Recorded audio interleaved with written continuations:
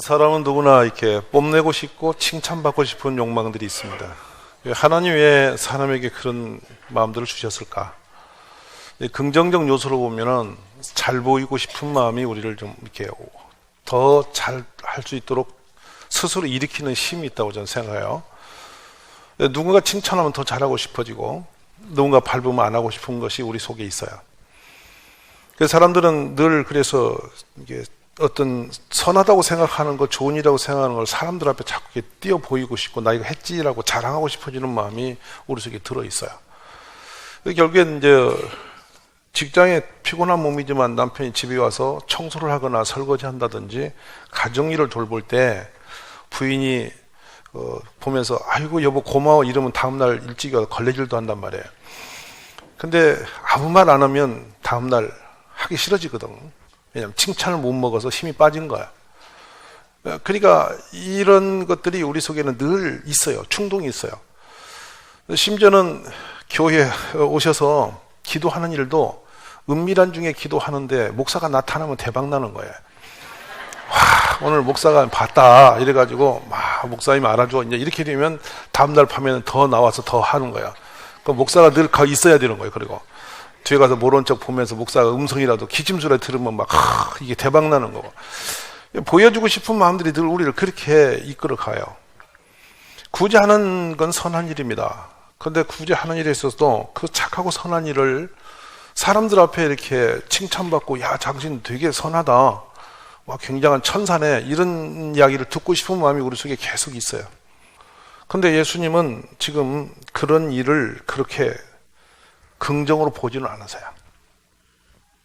저는 기억납니다. 어릴 때 학교에서 당번을 정하여 청소를 합니다. 그 마루가 이 판자로 된 마루바닥을 이제 걸레로 닦고 이렇게 하는 때인데, 그러면 이제 한둘이 남아서 그걸 하다 보면 굉장히 일이 많고 힘들죠. 다 떠났는데 창밖에 보면 운동장에 사람이 다 사라졌는데 얼마나 불안하고 초조한지 몰라요. 근데 괜히 막 긴장 모드에서 그 막 청소를 하는데 선생님이 갑자기 밀창문을 척 열더니 와 오늘 니들만 남았냐? 대박 나는 거예요. 막 그 재미에 다 도망가라 우리만 칭찬받자 이런 마음이 은근히 있고 그 수고함이 막 금방 다 위로가 되고 막 이렇게 되는 거예요. 그 당시에 그 교과서에 있던 내용이 생겨요. 강원고 오늘 수고했어. 오늘 청소는 만점이야. 교과서까지 그 얘기가 나왔어요. 재밌는 시대의 얘기입니다. 오늘 여러분 마음에 그렇게 칭찬받고자 하는 욕구가 있지 않으십니까? 그래서 자꾸만 사람 앞에 보이고자 하는 그 마음이 우리를 선행으로 가져갈 수도 있습니다.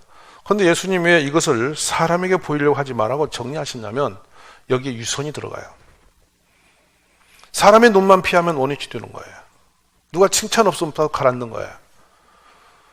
남편으로서 가장으로서 마땅히 집에 들어와서 가정을 돌보는 것은 당연히 해야 할 일이단 말이에요. 근데 그것을 부인이 칭찬해서 뭔가 생색이 나야만 하고 그렇지 않으면 안 한다면 그건 가장으로 자격이 없는 거죠. 칭찬 들으려고 하는 것은 의미가 없는 거죠. 진실한 사랑, 진실한 가정의 의무로서 이렇게 협조하고 아내를 사랑하는 마음이 있으면 하는 거고 그렇지 않으면 못 하는 거 아니겠어요? 근데 그게 유선이 된단 말이에요. 가식적인 것은 우리 주님이 제일 싫어하는 모습입니다. 그럼 우리 크리스찬이라면 어려운 이웃을 향해서 진실한 긍휼한 마음과 사랑이 담겨서 참 그 마음이 내 마음이 되어서 얼마나 힘들까 이 생각을 들면서 내가 참 남이 보든 말든 그 믿음의 사랑으로 다가가서 손을 잡아주고 베푸는 거, 이게 복 있는 일이고 우리 주님이 원하시는 거예요. 야, 교회가 퍼포먼스 하는 거 어떻게 남 보기에는 대단해 보이지만 결코 선하진 않아요. 남이 보든 말든 우리는 하나님의 그 사랑 안에서 내가 받은 은혜 있으니 그것도 나눔이 마땅하다. 이래 해서 나보다 더 연약한 지체를 보거든 견딜 수 없는 참 마음의 괴로움, 그걸 가지고 내가 가는 거거든요. 우리 모두가 새해에 그런 마음들이 회복되기를 원합니다. 사람은 눈 가리고 속일 수 있고 유선적으로 얼마든지 포장이 가능합니다. 그렇지만 하나님은 속일 수 없어요. 우리 하나님은 우리의 심령 골수를 찔러 이렇게 보시는 분이십니다. 우리의 마음이 스쳐가는 생각도 읽으시는 분이에요. 그래서 사람 앞에 하는 사람들은 언제나 이중적 구조를 가지고 인생을 살아가요. 제일 비참한 것은 자기가 자신을 속인다는 거예요. 이 지상에서 최고로 불쌍한 사람이 누굽니까? 자기를 속이는 거예요. 남을 속이는 건 그렇다고 손지고 자신도 자신에게 속아가면서 자꾸 이중적 구조로 살아가는 것은 아주 참 비참한 일입니다. 우리 새해들은 우리가 이 말씀 앞에 정직해지는 신앙이 되기를 원합니다. 여호와여 주께서 나를 살펴보셨으므로 나를 아시나이다. 주께서 내가 앉고 일어섬을 아시고 멀리서도 나의 생각을 밝히 하시오며 나의 모든 길과 내가 눕는 것을 살펴보셨으므로 나의 모든 행위를 익히 아시오니 여호와여 내 혀의 말을 알지 못하시는 것이 하나도 없으시나이다. 시편 139절에는 하나님이 우리를 투명하게 들여다보심을 고백하는 장면이 말씀이에요. 오늘 주님이 우리의 모든 여러분이 조용히 앉아 계시고 아무리 이렇게 포장을 잘해도 주님은 우리를 내면을 아셔요. 속일 수가 없어요. 우리 주님의 그 긍휼하심과 자비하심 은혜가 우리에게 충만한 교회 되시기 원합니다. 그래서 우리가 이 마음에 이 믿음으로 우리가 서지 못하면 우리가 유식하는 자가 되는데요. 바로 2절에 그 말씀을 우리가 지적하시죠. 한번 보시죠. 유식하는 자. 그러므로 구제할 때에 유식하는 자가 사람에게서 영광을 받으려고 회당과 거리에 사는 것 같이 너희 앞에 나팔을 불지 마라. 바로 지적하십니다. 구제의 진정한 의미는 사랑이죠. 그 사랑 속에 가장 큰 의미가 부여된 것은 사랑이라는 큰 틀에서 사랑 속에는 긍휼이 있습니다. 이 긍휼함을 따라서 어떤 것이 오냐면 우리 헌신이 일어나게 돼 있어요. 긍휼한 아주 가슴 아픈 그 불쌍히 여기는 마음이 막 내 속에 차오르면 내가 다 주고 싶은 마음이 이렇게 울컥하게 올라오게 되죠. 이게 우리 하나님이 갖고 계시는 선한 마음이시고 그 하나님 마음이 우리 안에 역사할 때 우리는 바로 연약한 이웃을 향해서 그 마음을 가지고 손을 펴고 다가가게 되는 것이에요. 우리 가족이 그런 축복의 마음이 일어나기를 간절히 바랍니다.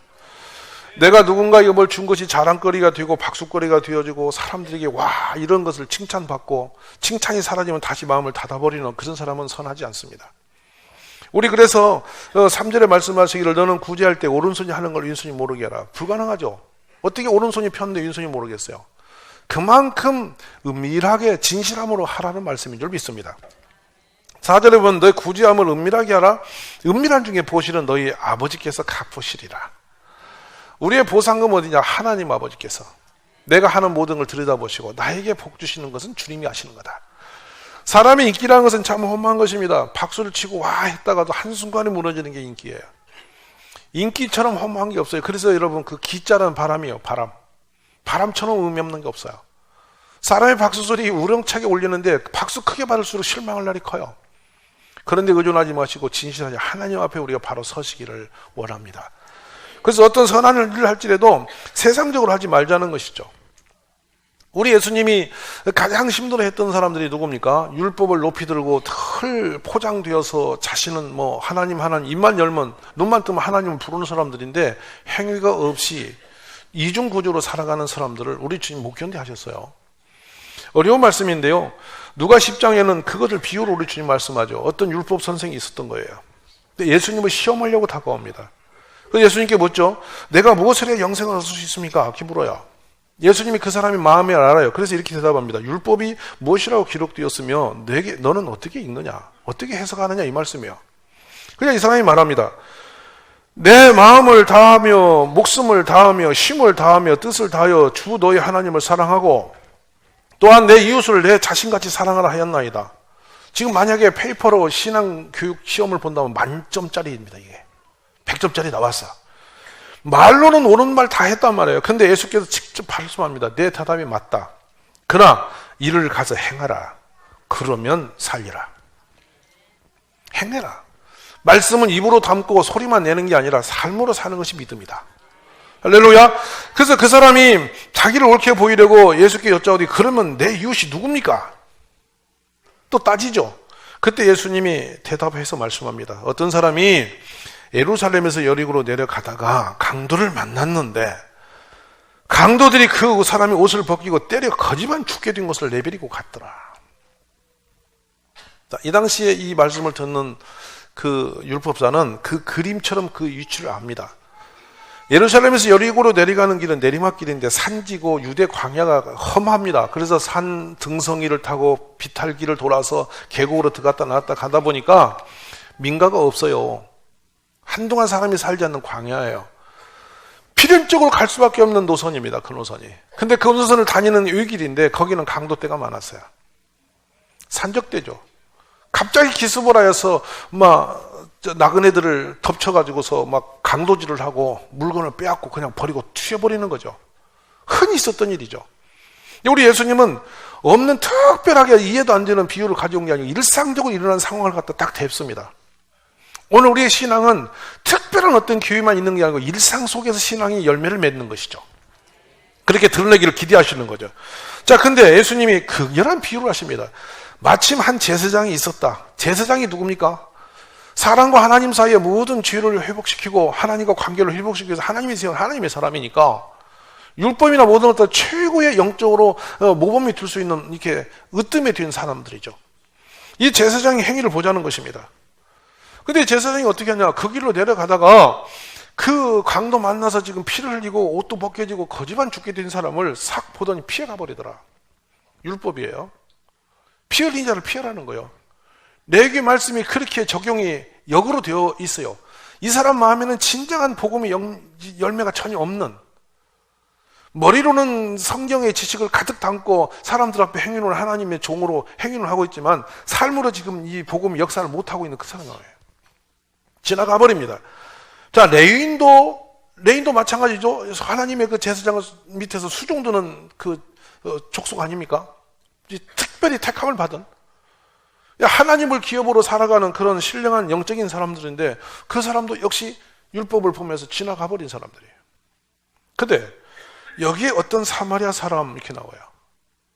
이미 혼혈적이 되어서 당대 유대인들에게는 가장 혐오스러운 사람들. 우리도 종종 그런 이미지를 강하게 갖고 있어요. 우리 대한민국도.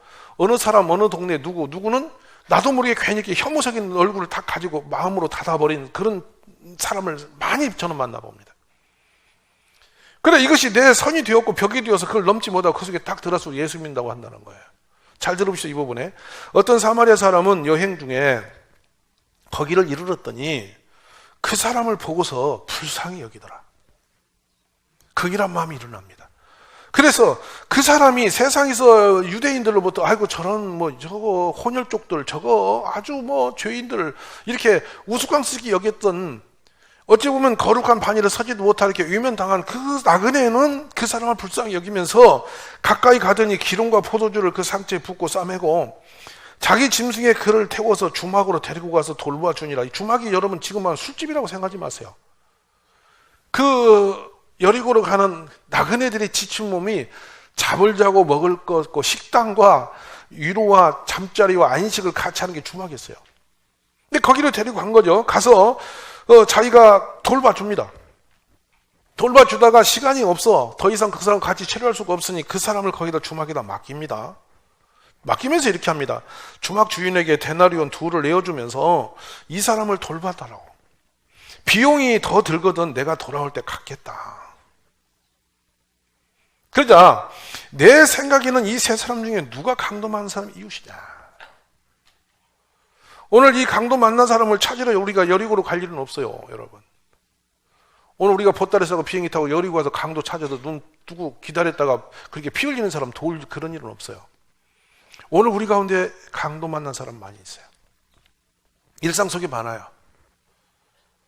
가장 큰 강도 만난 아픔 지체가 누구겠어요? 우리는 그 상황을 경험하지 않으면 내 느낌이 없어요. 이렇게 남들은 편안해 보이지만 갑자기 어떤 상황으로 인해서 가족을 잃어버린 가정들, 남편을 잃거나 아내를 잃거나 자녀를 잃거나 어떤 상황으로 인해서 충격적인 아픔과 고통을 가진 가정, 강도 만난 가정입니다. 우리가 보살펴야 줄 가정이라고, 여러분. 거기다 손 내밀지 못하고 다가가지 못하고 위로하지 못하고 나만 예수 믿겠다고 성경 들고 이 예배당에서 점만 찍고 다닌다면 우리는 하나님 보시기에 정당성이 없는 사람들이에요. 심각한 메시지예요. 강도만 사람 또 있죠. 직장을 다니할 나이에 갑자기 회사에서 잘려버리는 거예요. 우리말로 좋은 말이 있어요. 명예퇴직. 그날부터 무거운 인생의 세상의 짐을 홀로 다지고 가장은 정말 잠을 잘 수 없는 어려움을 가지고 세상을 두리번거리기 시작합니다. 직장 위에는 경험이 없는 세상을 살아가는 것은 여간 어려운 일이 아닙니다. 너무도 환경이 다르고 모습이 다릅니다. 자기 맡은 그것만 해내면 되었는데 이 세상을 전부 모든 것을 다 감당하지 않으면 설 곳이 없는 것이 세상살이에요. 막연해집니다. 광야에 서버린 그런 기분이 들죠. 강도 만난 이웃입니다. 때로는 어떤 질병으로 인해서 치명적인 치유가 거의 어려운 그런 질병으로 인해서 그 환란이 가정을 뒤엎어서 아무것도 할 수 없이 얽매이는 그런 경우가 있어요. 여러분, 이게 강도 만난 이웃이죠. 우리들이 조그만 눈을 떠보면 강도 만난 이웃을 참 많이 보게 됩니다. 어떤 이는 참으로 너무 힘든 생활 속에서 너무 생활이 어려워서 부부가 갈라서게 되므로 자녀를 끌어안고 특별한 기술력도 없고 가진 재산도 없이 그 자녀들을 앞에 놓고 지극히 고난한 길을 허덕이며 살아가는 이웃이 우리 가운데 있지요. 주님이 우리에게 묻는 겁니다. 너의 이웃이 누구냐? 지식으로 지나가는 제사장 레위인 족속 거기에 사마리아 사람 이렇게 할 때 우리는 전부 다 누구 편에 있냐면 나는 사마리아 사람에 내 마음이 있다고 생각하고 그렇게 도장을 찍습니다. 나도 여기지 라고 생각해요. 근데 직접 그래 봤나요? 명절이 되면서 제가 이런 생각을 해요. 수많은 선물 보따리가 배달이 되고 돌고 다녀요. 좀 힘이 될 만한 곳, 좀 서로가 어깨를 마주할 만한 곳에 그것이 돌고 다닙니다. 낮은 곳을 향해서 가지를 않아요. 이게 우리의 슬픔이에요.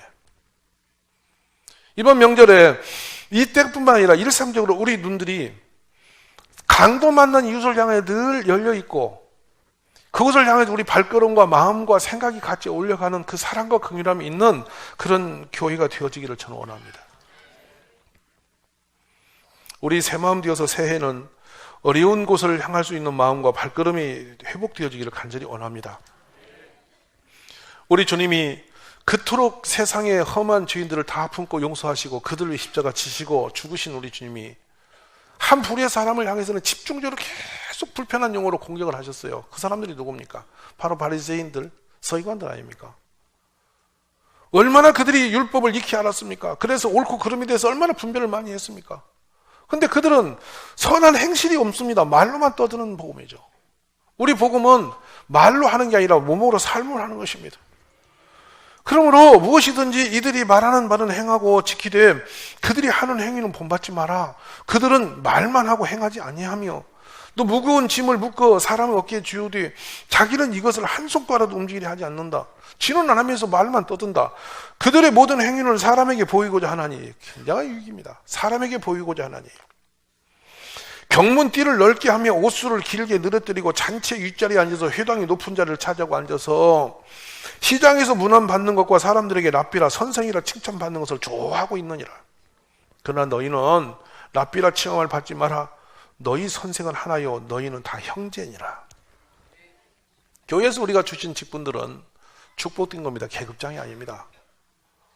이 받은 직분을 가지고 계급놀이 하자는 곳이 아니에요. 여기가 세상 구조처럼 여기서도 계급을 정해가지고 위에 아래에서 이렇게 질서를 정해서 어른 노릇하고 어린이 노릇하고 이런 곳이 아닙니다.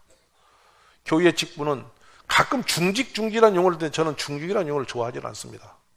그 중직이라는 용어 자체는 계급처럼 느껴지기 때문인데 내려놓으시고 가능하면 낮은 곳을 향하고 내가 더 많이 알고 신앙생활에 더 먼저 뛴 사람이라면 저 연약한 지체들을 향해서 다가가서 보살펴주는 그런 마음, 이것이 진정한 교회의 모습이라고 저는 생각합니다.